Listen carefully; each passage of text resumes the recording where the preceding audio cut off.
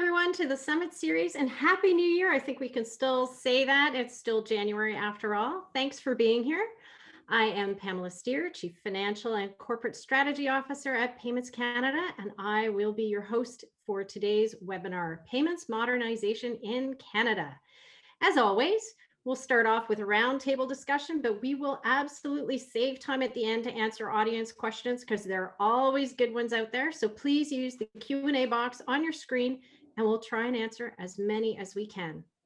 This is going to be a tremendous year for modern payments in Canada for everyone. Joining me today to discuss what that means for consumers and businesses are my esteemed fellow panelists, Andrew Obee, Sue Whitney, Derek Vernon, and Andrew McFarlane. So let's start with intros and then get right into questions. Andrew Obee, let's start with you, please. Oh, good afternoon, everybody. Pleasure to be here, and thanks to Payments Canada for organizing another great session. As Pam said, I'm Andrew Obee. I'm the CEO of the Ficanex Group.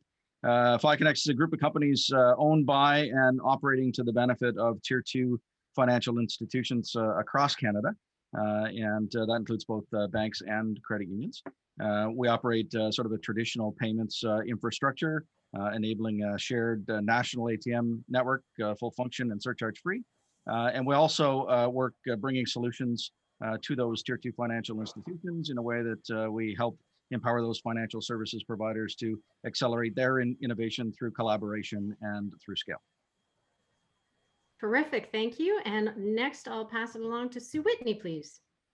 Yeah, hi, I'm Sue Whitney. I'm Vice President of Payment Strategy and Relationships at Central One. Our role at Central One is to be an aggregator and service provider for the credit union system. We are the connection point into Payments Canada systems for the English-speaking credit unions in Canada. And we provide a full suite of payment services. Fantastic. Derek Vernon, over to you. Thank you very much. It's such a pleasure to be here. Thank you for inviting me. My name is Derek Vernon. I'm the head of Payments Modernization and Program Delivery for our North American commercial payments business at BMO Financial Group.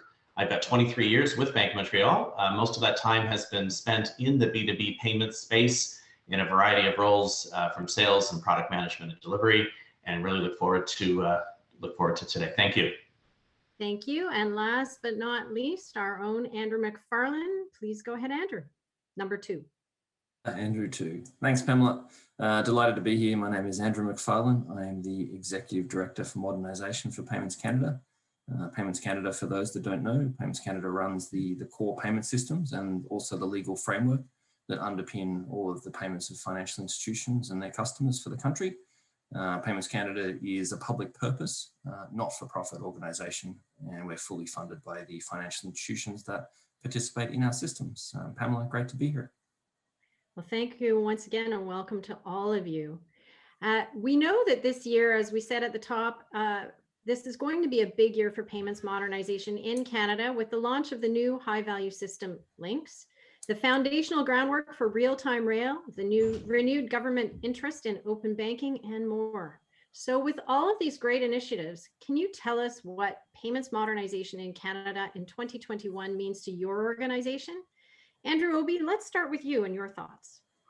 Sure. From my perspective, I think one of the most important things that I'm looking forward to, and I think is true of many of the organizations that I work with, is really just some genuine progress. There's been so much work done behind the scenes in getting Link into the market and preparing for the rest of the modernization activities. And certainly I know that those involved, the incumbents and those working on the projects directly, have been pouring their heart and soul into that stuff. For those of us sitting a little bit further outside that core group, there's a lot of pent up demand. We've created lots of interest in the potential outcomes and where this modern payments infrastructure is going to lead us and what it's going to enable us to do. And I feel like we just need to begin putting some of the bits and pieces together so that there is a clear line of sight, for those, alternative players, not just the Tier 2 financial institutions, but also, fintechs and other service providers, folks like Ficanex that are trying to add value in that system, to get a good line of sight into how we're we're going to move that forward and where we're going to be able to play. So I'm particularly interested in, the increased or return to interest on behalf of the Department of Finance and the Bank of Canada and in open banking. I'm paying a lot of attention and really interested to see us move forward on some of the nuts and bolts of how that stuff is going to work and how organizations, such as myself and many of the fintech organizations that I work with are going to be able to play along in this new infrastructure. Fantastic. Your thoughts, Sue? Yeah, so 2021 is a pretty big year for us, where we have been working quietly behind the scenes to finalize our plan and our strategy. We service a couple hundred financial institutions in providing payment services, and we're doing a couple of pivots in 2021. The first one, obviously, is moving from planning to actually execution. Implementation of our capabilities to support the new high-value payment system. We're doing an awful lot of work around enhancements to that system for 2022, and a lot of that work has to start now. And we're clearly planning for some product launches related to Interact functionality as well. So there's a lot going on behind the scenes. But the biggest thing we're doing this year, because we have so many clients who depend on us, is we're trying to change the conversation from being one about plumbing and milestones and activities to being about the value proposition, about how the end user will actually get value from this, and helping our clients understand how to articulate that to the end user and excite them about the possibilities. So it's a lot around communication. It's a lot around stakeholder engagement. It's a lot around getting belts and suspenders in place to make sure we can execute, because we have a lot of clients who depend on us to do that seamlessly. And that requires a painful attention to detail. Absolutely right, Sue. And for a bit of contrast, how about you, Derek Vernon? What are your thoughts? Yeah, actually, not too much of a contrast. I think Sue said it really, really well. It's a very exciting year ahead of us. Payments Canada just actually celebrated their 40th anniversary. So happy anniversary, Payments Canada. And can honestly say that there's never been a more exciting time in payments. In our bank, and not unlike many of my peers, we have robust payments modernization programs underway. And those are important because, we need to lay the foundation to support the exciting new capabilities that are ahead of us. So I'm talking about faster payments, 7x24x365 real-time infrastructure to support those use cases. And I would say, one of the most important elements of that is data. The rails being upgraded predominantly to be able to support the enriched data that's going to move. That's probably what makes me most excited. As the industry chair of Payments Canada's Industry Steering Committee, and thinking about links in particular, I would say flawless execution remains our critical goal. Implementing links, the new high-value payment rail, involves all participants to travel together, and that's tough. I'm pleased to say that things have been moving really, really well. Testing's going really well, and we're at a really good spot. And having that stable and safe and resilient high-value payment system is absolutely paramount.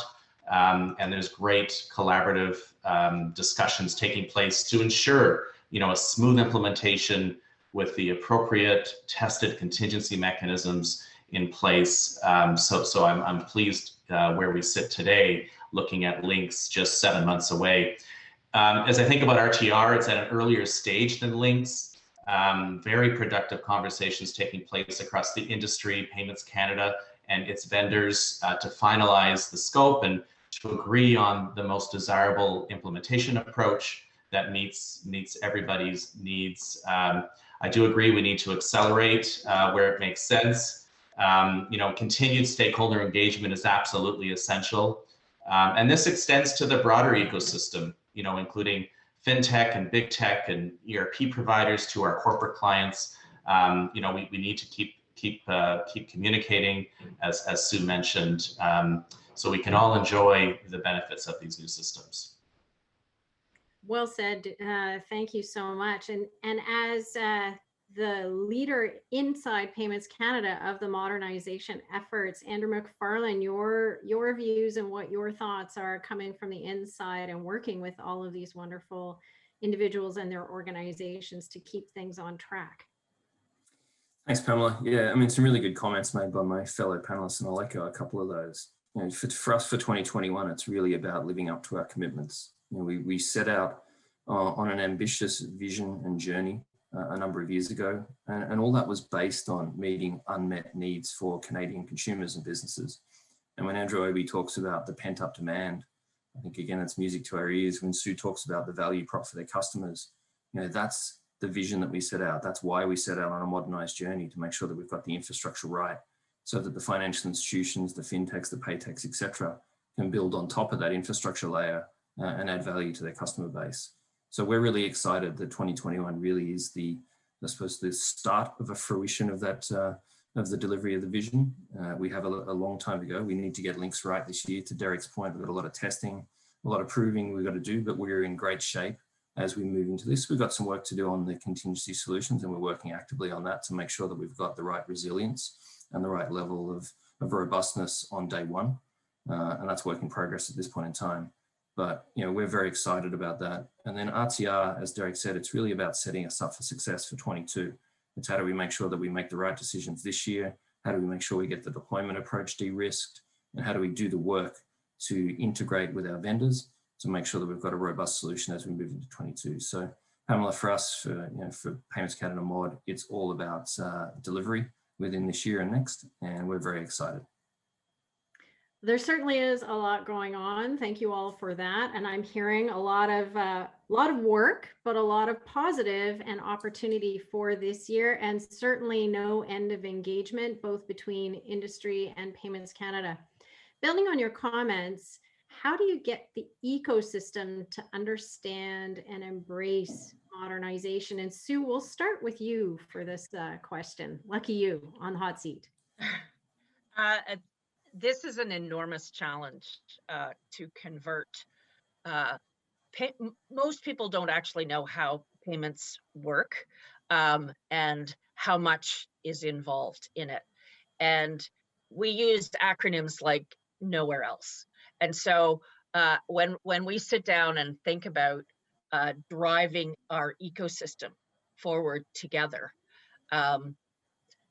we spend a lot of time thinking about words and a lot of time thinking about value, and try as much as we can to get away from the how. And so we've embarked on, because we have a fairly diverse client base across the country, we've embarked on a program of engagement that's multi-tactic, that really allows us to find the right way to reach each client that we have and understand the needs that they have, and then work with them to align business strategy needs against the new toolkit, which is how we describe PayMod. That essentially we're bringing a bunch of new assets to the table, a bunch of new ways to interact with other participants in the market, and to leverage new capabilities that Central One is bringing as value adds, and to bring a holistic story around their specific client needs and priorities. And so it's all about finding out how payment capabilities can align to business strategy. We do a lot of outreach using technology. We're getting really good at this virtual business of doing almost virtual lunch, which is around, to me, Andrew said it really well earlier, this is about facilitating a platform for collaborating. This is about harnessing capabilities elsewhere in the market and bringing them together, because the rules around access will change, and the partnerships that are possible with more modern technology really give us a different starting point. So raising the awareness and empowering the ecosystem to start to think about payments as multiple types of players, multiple service models, all based on a modern technology. It takes a while to excite people and to get them to perceive this as a value story, but we're on that hill and we're climbing it up. Well, keep climbing. Thanks, Sue. Derek, your thoughts on this topic? Yeah, no, it does take time to get people excited, but I'm excited. It is important to recognize that, we need to build this as an ecosystem. This is not about the banks going away and building something, or Payments Canada going away and building something, and other constituents in that ecosystem. It's all of us. That's where we'll get the most value out of what we're doing. What we're doing in Canada is, I would say, from my research and my conversations, is probably the most ambitious modernization program on the globe right now.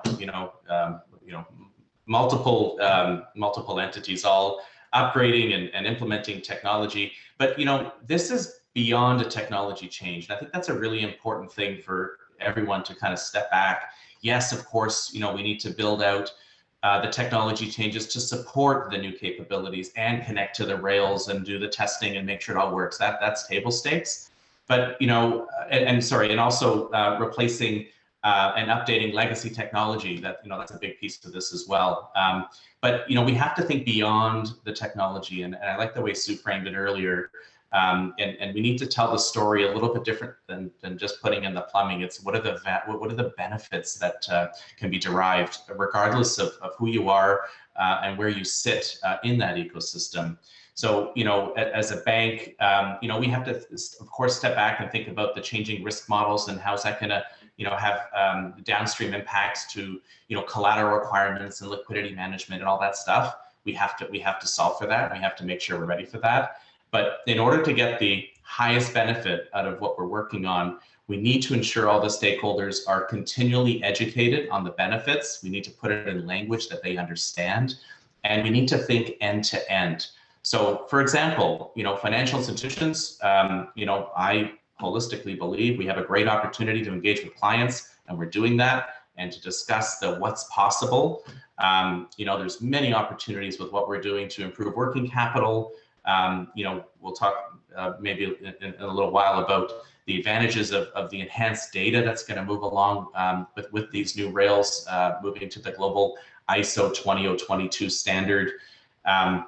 New features down the road, like request to pay. There'll be improvements to how money can move across borders. It's still too difficult to do that. Financial institutions also need to start thinking about how to service customers and specifically commercial customers in a 7x24x365 environment. On the risk side, we need to think about fraud. We need to think about other real-time monitoring capabilities that might need to evolve as payments move faster and as limits start to increase. And if I'm a corporate and I'm thinking about modernization, I should be talking to my advisors, whether that's my financial institution or others. I want to understand what's coming, when it's coming. I want to start to engage cross-functionally in my company to make sure that I can start to understand and take advantage and plan for these changes. I mentioned the data. So groups like technology and accounts receivable and accounts payable and marketing and collections, starting to bring those groups together and think about, how do I improve my customers' experience? How do I collect money faster? How do I get higher straight-through processing and those types of things? So there's lots to think about, but the future is very promising. Thank you, Derek. And we'll go to Andrew, number 2. Andrew McFarlane, your thoughts. Cool. I think for me, Pamela, it really starts with the bedrock of a unified message. It's how do we make sure that we're all telling the same story, a consistent message around payments modernization. So if you ask the FIs, if you ask the regulators, you ask PayCan, you ask the stakeholders, they're all going to say the same thing. And it's that consistency of message that I think builds that excitement. I think, our role from a Payments Canada perspective is really to work on the education. It's to work on research. We're very active in the communication space. And then I think it's utilization of our governance forums. We have a huge number of touch points with the FIs and with our stakeholders. And it's how do, again, we make sure that we put out a consistent message. And then it's around excitement. It's around how do we build the excitement. I'm also very conscious that I want very little excitement on August 28th of this year. The no headlines is a good thing as far as links is concerned. So links can go in a seamless fashion with no headlines the following day, and that will be a good thing. And then how do we build the excitement about the RTR? How do we make sure that it is seen as that platform for innovation that people can build upon? And we're going to see multiple parties innovating on that. So but we want a story of excitement and also calmness around the Links go live this year. Fantastic. The contrast between excitement and calm, very, very good watchwords, I think, for 2021 and 2022. Andrew Obee, now let's go to you and your thoughts. I'm not sure how I ended up as Andrew number 2, but no, you're Andrew number 1. We'll have to flip for that. Yeah, I'm gonna maybe focus on a couple of different things. You know, it's 100% apparent. You know, I suspect to everybody on the webinar, you know, that those people who are living and breathing this, you know absolutely everything there is to know. Like the things are well in hand. When I think about the ecosystem, though, I really want to think much more broadly than just even some of the stakeholders that Andrew, you know, sort of just highlighted. And, you know, I want to pick up on a comment that Sue made where she said, you know, the average person doesn't understand how payments work. And I certainly don't disagree with that. But what I will say is I think the more important point is the average person doesn't actually care.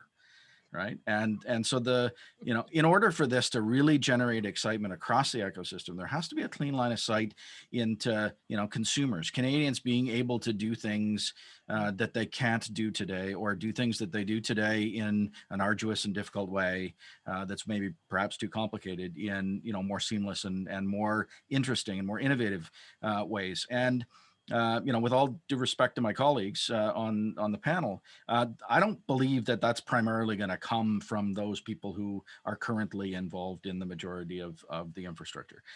It behooves us to really make sure that when we're talking about the ecosystem, that we are reaching out broadly into the broader technology community, that we're, you know, considering what's going on globally, trying to ensure that we are making it possible for those players to see that there's a great opportunity here in Canada to, you know, bring their wares into the market, and that they're going to be able to have good business models and so on. And I think we've got a ways to go.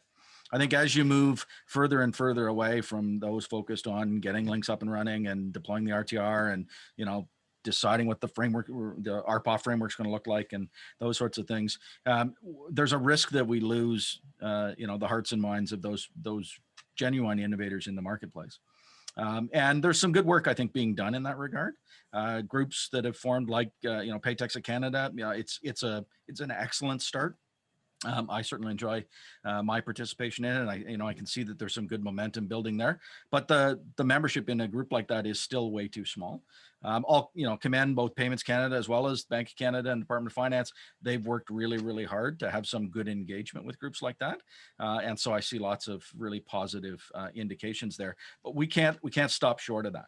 We have to find a way to help those players who are building businesses and making investments and looking to plan their returns to see that that's going to happen in a reasonable time frame. You know, if we sit around a table with folks, you know, and those sorts of companies, and we say things to them like, in about 5 years, you'll be able to begin having access to the, you know, modern payments infrastructure in Canada. And by the way, we can probably onboard 1, maybe 2, maybe 3 a year. Those are generations in the product cycles of those organizations. So I think we really do, as we kind of come through this early stage work to implement links and get the infrastructure going, we have to be really focused on how we can expedite that stuff, get it moving faster, and more broadly engage with the people out there doing really interesting and cool stuff. And then if that's true, the opportunities for partnership and the way that we can collaborate, you know, between the financial institutions and those folks who have great ideas to, you know, jointly win the hearts and minds of the Canadian consumer, I think will be really exciting. Yeah, thank you for that, Andrew. And for my part, as a CFO, treasurer, dealing with cash management currently, but certainly in past lives, I echo your worries, Andrew, and I also have the hopefulness and the discussion that you had, Derek, with respect to how do we make sure that corporate Canada is ready for this? How do we make sure that the ERPs are ready to link into both those corporates that are their clients as well as their banks, to make sure that we're ready for it when it does go live, RTR in particular? How do we make sure that it's not a field of dreams, that we can talk, Andrew Obee, as you mentioned, about how these new rails will really benefit the bottom line of Canadian businesses, and how do we make them more competitive? How do we make them more collaborative? And I think this is an opportunity with a really new product launch, which what the RTR will offer, to revolutionize the business's customers and the consumers, and offer a better, seamless, less friction-filled process than many would experience today with their payment options. And when that builds and we have a network effect, then we will reach a tipping point, which I think will be truly where the revolution opportunity comes in with these new rails and how they will impact the Canadian economy. So that's really exciting from my part, and work clearly still to be done as we move forward towards that go live with RTR launch. And now building on that, starting with Derek this time, what are the use cases? Who do we think is first in creating this kind of network effect that I described? And how is your organization contributing to the creation of this network effect? Derek, we'll start with you. Yeah, no, that's a great question. And, you know, I just want to go back to Andrew Obee, Andrew number one. You know, you made some really smart remarks a moment ago. And you know, I agree with you. You know, Canada's been known for many innovations over the years. And in fact, Canada's been first on many, and we have to make sure that we don't lag. I know that's a big public policy objective of modernization, is to create a platform for innovation. And, you know, I'll speak for my bank, but I'm sure I'm speaking for others, that we support, you know, looking for opportunities for partnerships and to accelerate opportunities to enhance the lives of consumers and businesses across Canada, and looking for those opportunities with these new capabilities that are being delivered. We also need to do them in a way that's, you know, remain safe and sound, and those principles that Canada, you know, values. And I'm confident that the great conversations that are taking place in various forums, I think will get us there. And, you know, just transitioning, Pamela, to your question, you know, I'd say one of the most exciting benefits of a modernized payment systems and a modernized ecosystem, as I mentioned earlier, is around the data. You know, it's going to unlock and unleash many opportunities that just today I think are holding us back. You know, people often talk about paper checks and why do we still have so many paper items moving through the system. Although they're digitized, they still start off as paper. And a big reason for that is the fact that to move the remittance information with the payment, you know, in many use cases, you still need the paper to move with it. But with the global ISO 20022 standard, that I'm not going to get technical on this call, but with the introduction of that standard and making it agnostic across all the different rails, and moving the payment kind of behind the scenes, because I agree with both Andrew and Sue, you know, people don't need to know how the magic happens behind the curtain. They just want to make sure at the end of the day, the money moves, the data moves, and we can start to take advantage of all of the benefits associated with that information and payment moving faster. You know, it's important for the ecosystem to be educated and to understand the benefits. That way we will create that inertia. And it does sometimes start with some of the largest corporates or government. You know, we've seen even with COVID and the digital acceleration that's taken place, we have a much higher propensity among consumers and businesses receiving payments electronically, which is great. That's going to help with the paper comment that I made earlier. But that only happens as you know, people are talking about the benefits. So, you know, the enhancements to the AR and AP processes, I know in our bank, you know, we're out talking to customers of all size about modernization and how they can take advantage of benefits that exist today in the ecosystem, and how those are only going to get better as we unlock and unleash with more data.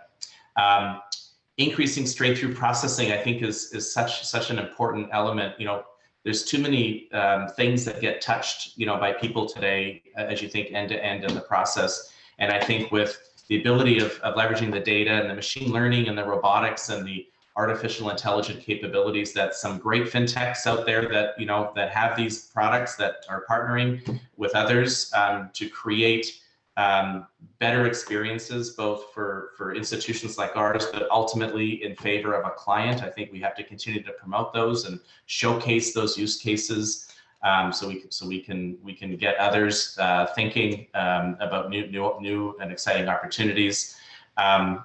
Yeah, so I just think we just need to keep the stream of communications open, stop talking about the plumbing, start talking about the exciting ways that we can leverage the capabilities that are going to show up. But let's not make those things show up as a surprise. They need to be planned. Businesses need to embrace the change. They need to call on their advisors, and we're here to help, and I know others are as well. Fantastic. Now moving to you, Andrew McFarlane, what work is Payments Canada doing in order to start and to help spread the positive network effect? Yeah, tough act to follow, Derek Vernon, jeepers. I think what we're really focused on, as we said, Pamela, is really about our organization delivering to our commitments, delivering on the vision, making sure that we put the right tools in place and get the infrastructure right, and deliver on time. I think the other thing that we do in Payments Canada is a lot of research, and to understand the use cases, to understand the needs of the small businesses, corporates and consumers within Canada. I think the interesting thing is what comes through is speed of payment is not necessarily the most important thing. I think it's certainly, you may not want to send that payment out as quickly. You want to maybe use the full payment terms and the like. You certainly want to receive the funds quickly. But there is a real dichotomy between when you want to send and receive. So speed is not necessarily the most important thing. What we've certainly found from our research is that payments transparency and that payment certainty is absolutely critical, and the chance then to have innovation around the supply chain and supply chain reengineering, I think, is a critical piece. And then I think if we think about it, every single company really is a payments company. And the question is, how do they make sure with certainty that they get their funds, but they also get that data? And I think, Derek mentioned the ISO 20022. It's a critical bedrock of everything we're building within Payments Canada is built on the ISO 20022 standards. And I think that is going to be a fundamental bedrock for organizations for that straight through processing and to generate some payments efficiency. Fantastic. Thank you for that. Andrew, Obee, your turn. Yeah, I mean, follow on some of the commentary. I think the capabilities of the messaging are what really has to be tapped. One of my areas of focus is trying to realize that we have to avoid the temptation to think that sort of everybody's in the same pool at the same time, thinking the same way about this. As we try and think about how we're going to build, use cases and move forward in the right direction, I think we need to break it down a little bit. And there are obvious, groups of stakeholders that are in different places for whom different things are more important. The straight-through processing for business consumers is going to be, a massive opportunity. And so, working with ERP systems and so on to make sure that they're there and ready to go when the time is right, I think, to me feels like the right thing to do. I think you can do that in other ways. Look for these affinity groups, these groups of entities who happen to be in similar situations, whether they're fintech companies looking for ways that they're going to be able to leverage the new capabilities to deliver services, either in partnership with financial institutions or through direct to consumer models. Financial institutions who are looking to build out customer experience and enhance their ability to attract new customers, retain existing customers, compete in the marketplace. They're all going to have different interests and ideas, and certainly that's one of the areas that we're focusing our time and attention on, is trying to make sure we understand where those groupings might be, or where the subsets might be, what the needs of those happen to look like, and then trying to position ourselves both in advance of it all being there, as well as once we have the benefit of the infrastructure being fully flushed out, is there. I think it behooves us to sort of step up the the level of attention and the amount of energy that's being poured into this. I do think, despite the comments, which I agree that this is one of the most complicated transformations around, I also do think that there's lots we can learn when we look around the world and consider that lots of other areas have gone through this before, and there's lots to learn, and there's lots of opportunities that are waiting for us to bring in. I do feel like Canada's a little bit behind, and that we should be spending our time trying to position ourselves to be able to get the maximum utility out of these new infrastructures the moment that they're done. Fantastic, Andrew. Thank you for that. And Sue Whitney, from your perspective at Central One, representing many of the credit unions across the country, what are your thoughts? So it's interesting because I hear others say they don't see speed as being important.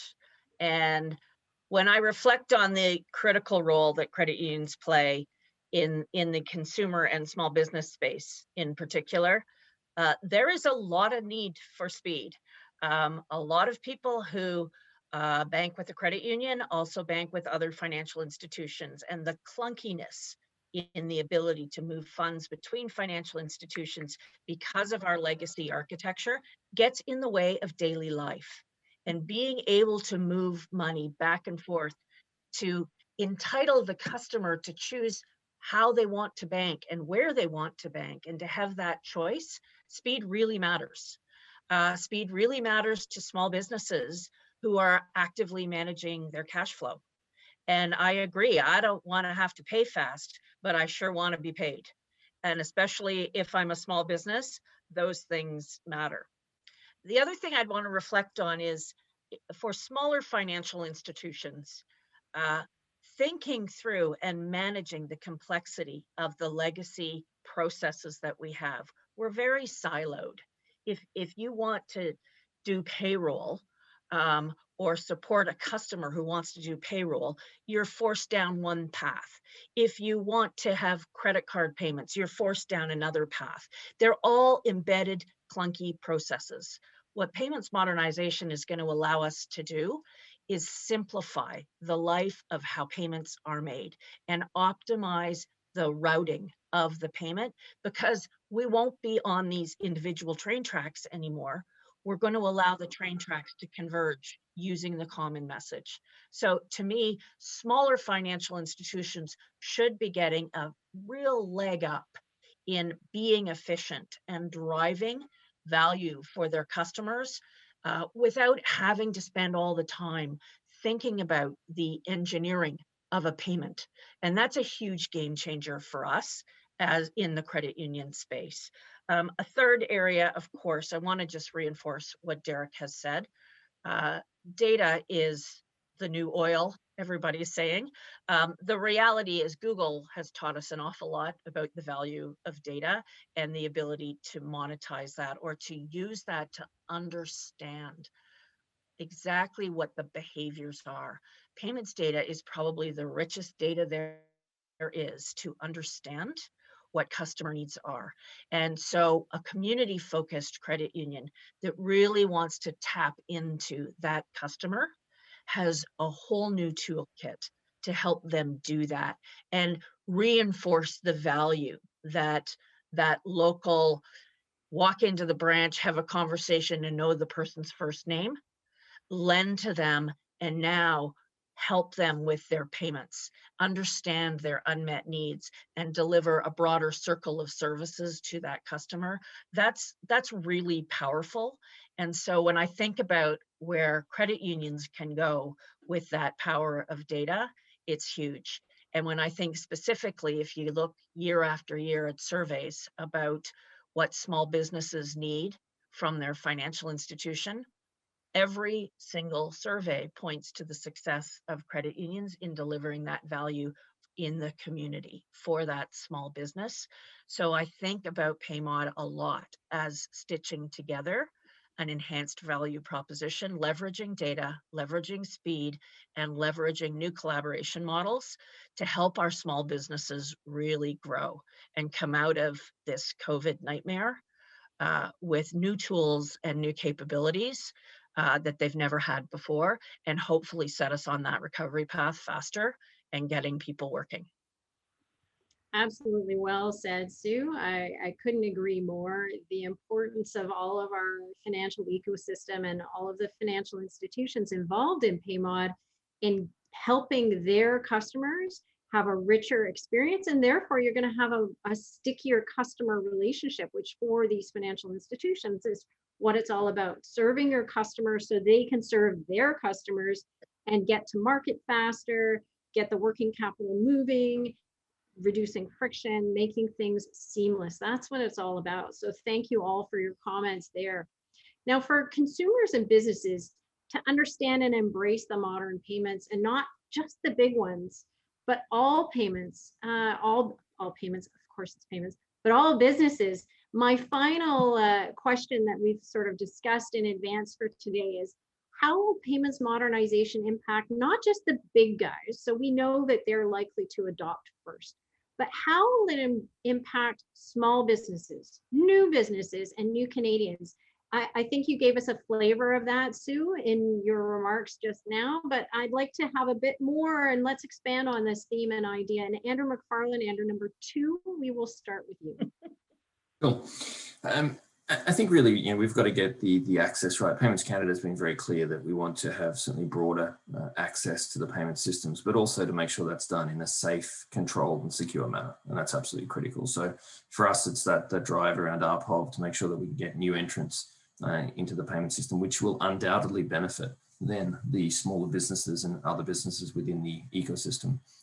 The other thing, Pamela, that we see is really around the platforms for innovation, the platforms for time saving, and the platforms for efficiency. So how do we make sure, again, that we deliver these platforms that create the ability to have efficient payments with data, which obviously then results in time savings. Time savings, we've talked about straight through processing, we've talked about efficiency.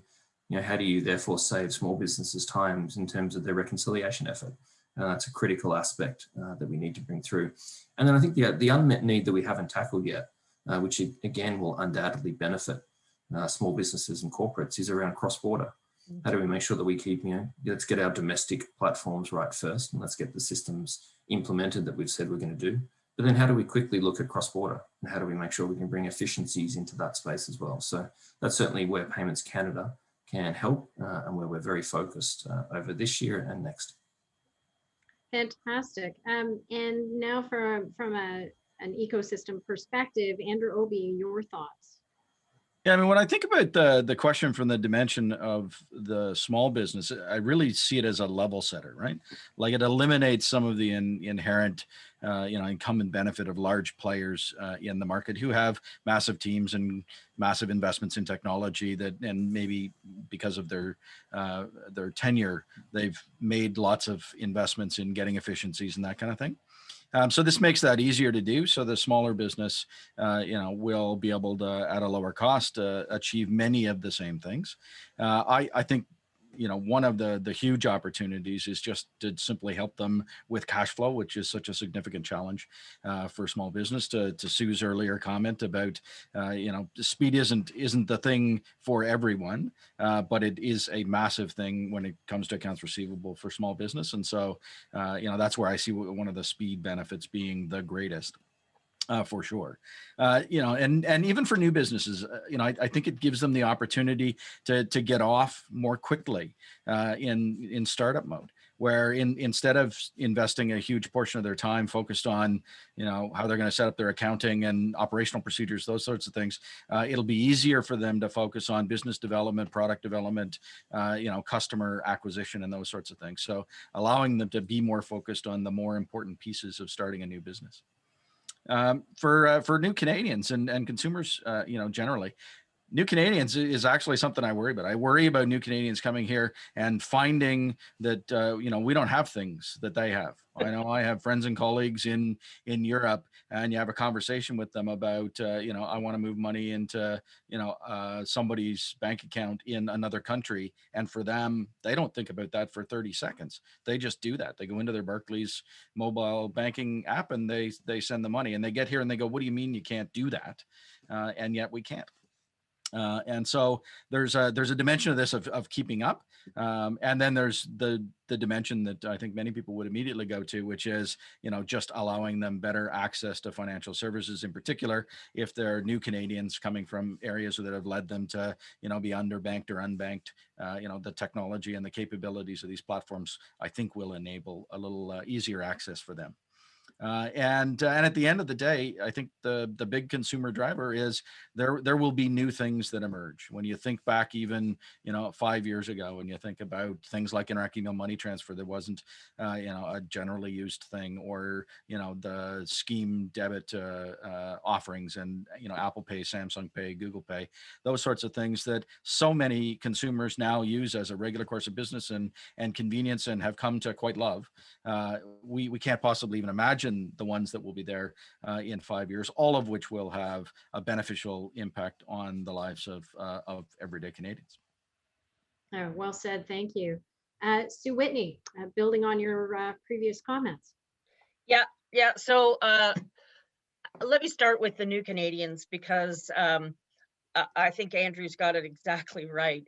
People who arrive in Canada expect to have the same capabilities that they had at home. And it is a bit sad for so many of those people to comment at how we are behind in some areas. And that is troubling, because expectations are higher than what we're delivering. So I do believe that that for a lot of them, we'll be playing catch up. But I also acknowledge that many people who are new to Canada have needs around cross-border payments. And while on the face of it, you could say payments modernization is not doing much outside of Canada now, I actually think the table's being set with leveraging the common global standard for payments to allow us to move very quickly to building better cross-border payment and remittance capabilities. And that's very important to some new Canadians. So moving to that global standard and giving them easier ways to move money efficiently is really important. I also think a lot of small businesses and new businesses are built on the premise that they won't be locked into Canada and the Canadian market only. And so creating alternatives to clunky wire processes and difficult ways to move money that take a long time. When I look at wire payments today, they're incredibly important and obviously a critical piece of how money moves. But a lot of people choose wires for payments today because it's the only thing that's final. And it's also the only way to move large tickets across border. And businesses need better solutions than they have today in those areas. So delivering on real-time rail with finality of payments, building out better cross-border solutions based on common standards, those things are really important to business in addition to the speed aspects. But the thing I feel most strongly about, because I'm actually helping a family member set up a business right now, is around the new business person and around the challenges just getting a business up and running. They're passionate about what the business is doing. So in my case, it's providing a consulting advisory service to people. And that business person is setting up their accounting system, and they're getting their darn GST number, and they're figuring out how to invoice, and all of those things that are distractions from what they really want to do. And the absolute last thing, other than taxes maybe, that they want to be thinking about is payment and how they figure out payment. So we're going to have the opportunity with PayMod to bring payments to the accounting system to help integrate multiple disparate accounting and activities that they have to do to run the business, and bring them with partnerships with PayMod, bring them the opportunity to have a single place of truth for how they run their business. And so I think that's going to be hugely helpful. for us translating plumbing to table setting to value. Thanks very much for those comments, Sue. And Derek, final thoughts on this one for you. Yeah, I love the words earlier that I think it was Sue made, simplification and digitization and automation and collaboration, all these great words come to mind. I thought I'd take a bit of a different spin on this question. And, to me, one of the exciting byproducts of payments modernization and all the work going on and the pace at which, we're driving all this work is the amazing payments talent that Canada has been able to attract as a result of the work that's going on. And I believe we'll continue to attract from other countries that have gone before us, or new graduates coming out of school that are now looking at payments as a destination role. And that really, really excites me. And it does. And I would encourage others that, that are watching today that want to, maybe in a different industry or, in a different part of a bank, payments is a real cool area to be in. In a bank, all too often people saw moving through the lending roles is kind of the holy grail, and not to take away from those that have chosen that path, because those are excellent jobs and they're essential. But I think it's just great that payments has become this alternative, alternative. And whether you work in a bank or a fintech or a small business or a corporate or in the government, it's just so cool that payments has become as important as it is. And, that's especially exciting for someone that's been in the payments business for almost 25 years. I know another big driver of payments modernization has been the public policy objective of increasing the pace of innovation. And, that is important. And we've talked a lot already on this call around, the importance of enhanced data, and the modernized systems are going to move payments faster. And those are important. I agree, Sue. And real-time clearing and settlement has its importance as well to offer alternatives to wire payments that you mentioned also, Sue, and opening up access. There's no bounds to how institutions such as ours and others that can start to think through exciting new capabilities to improve the customer experience and simplify the day-to-day tasks and enable ultimately all Canadians, whether you're from a consumer perspective or from a business perspective. And I do believe that Canada could be a global leader in this space. And just maybe I'll just finish on the point about new Canadians. Yes, we can definitely learn from those that have gone before us and those new Canadians that have been involved in payments in their place of birth or where they're coming from. I think we need to encourage them to come and be part of payments modernization and bring those great ideas, because that's what this is all about at the end of the day. Fantastic, thank you. And that wraps up our formal questions that we had in advance.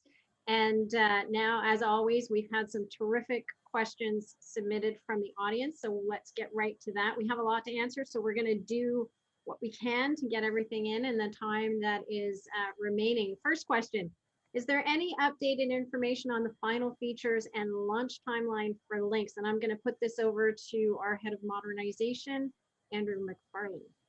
Cool. Final features really for the first release is basically the new risk model that we're working with the banks on. But in a lot of cases for the MT release, it's going to be a lot of like-for-like functionality. In due course, once we deliver MX, then certainly, and that's late November 22 for the MX messaging, then we'll certainly have that enhanced message set for corporates. So I suppose, Pamela, to answer, not tremendous difference for the first release of links from a consumer or corporate point of view, and then change in the MX side. And then from a timeline point of view, August 28th, 2021, we are gunning for the MT release, and we are on track for that at this point. Fantastic, thanks for that. So we were talking earlier, and you were talking about facilitating a platform for collaboration. So more partnerships for the future of modern payments, more innovation, competition, potential new services, offerings, and so forth. With that, how are the non-Payments Canada members being considered for the rollout of RTR? Is there Payments Canada member support to allow access by non-members And if yes, what does that support look like? And I'm going to go over to Derek Vernon first for his comments very quickly. So we're in the quick snapper mode here. Okay, I'm not sure I can answer for Payments Canada, but I know there's a strong desire for new entrants, and you know what needs to happen, as I understand it, and Andrew McFarlane will correct me, is there's a very important piece of legislation that needs to move through the Retail Payments Oversight Framework that Andrew mentioned earlier. I think he referred to it as RPOF, for Retail Payments Oversight Framework. That needs to get tabled and that needs to get passed, and that'll start to pave the way for others to get access. And there are some changes that also need to happen to the CP Act, the Canadian Payments Act, that go alongside with RPOF. And that's I guess that's what I would say, that those are two important priorities that need to get addressed in order to enable new entrants. Andrew McFarlane, did you want to add anything to that? Yeah, I think that's spot on. I mean, once RPOF comes through, then there's subsequent changes needed to the Canadian Payments Act, in which case we can increase our membership base. But that's a critical piece of legislation that we need to move through, and we're working with Department of Finance and Bank of Canada to see how, and industry is obviously concerned with RPOF as well. The industry is supportive of it, and how do we make sure that we move that forward? No, it's super important as we move forward to get that legislation through, and many of you have been involved in that question. So in your opinions, what is the single greatest benefit stemming from payments modernization? Andrew, Obee, I'm going to start from your perspective. Well, I think it's flexibility. As I've said a couple of times, I think there are organizations, there's companies that are starting, that are working, that are bringing really new and interesting and innovative things into the market. And today they're working around legacy situations. They're working around the NAFTA, they're working around the regulatory environment, they're working around access to the payment systems. And so all of those things act as constraints. And so relieving those constraints, I think, is going to lead to some really exciting things. Thanks. And Sue, from your perspective? To me, I'm in agreement with Andrew Obee a little, that it's what you make of it. And it's if the starting point that you take is there is embedded friction in payments today, it just is there. We know it. But there's also unidentified and unaddressed opportunity. And that, to me, is in the minds of people who are creating ideas and generating new ways to do things where payment might not be front and center. Payment is incidental to the activity, but the way payment is executed today gets in the way.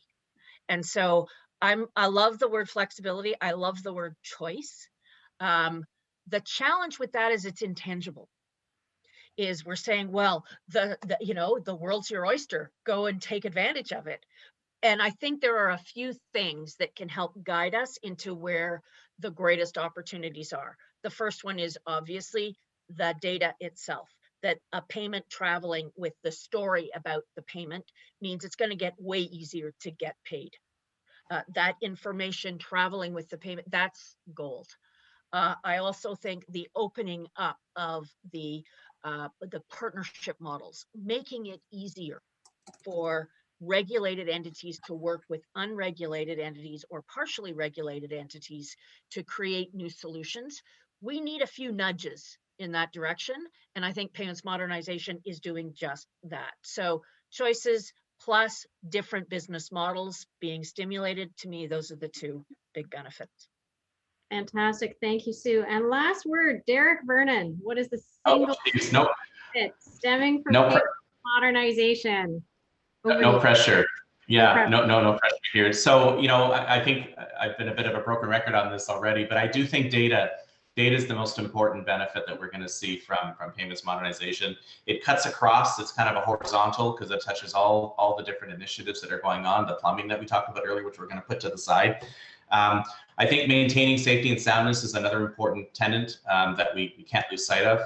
So that's just paramount. Canada's known for that. Our payment systems are known for that. Our financial institutions are known for that. And the ecosystem more broadly is known for that. So I think we need to maintain that strong reputation on a global scale. And maybe I'll just end on talent because, I am passionate about that. I do think that promoting talent and having strong payments talent, because that's not just for now. We have to think ahead. And as you heard, many of us talk about today, that what we're building is a platform for innovation. The plumbing will get put in. We'll make sure that the plumbing gets updated. But it's about the talent and the great minds that are going to come from all over the globe into Canada that are really going to take advantage of what we're doing, that are going to improve the lives of Canadians. And that's what we need to keep focused on. That's the end prize. Fantastic last words. Thank you, Derek. Thank you all so much. It's been an absolute pleasure to have this conversation with you and to share with those who are in our audience.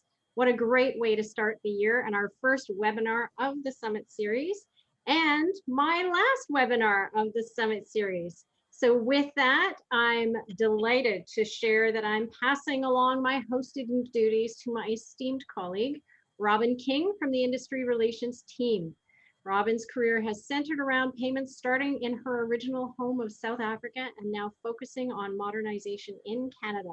I want to thank everyone for allowing me to share this forum with you. It has been my absolute pleasure to host this series over the last year and a bit.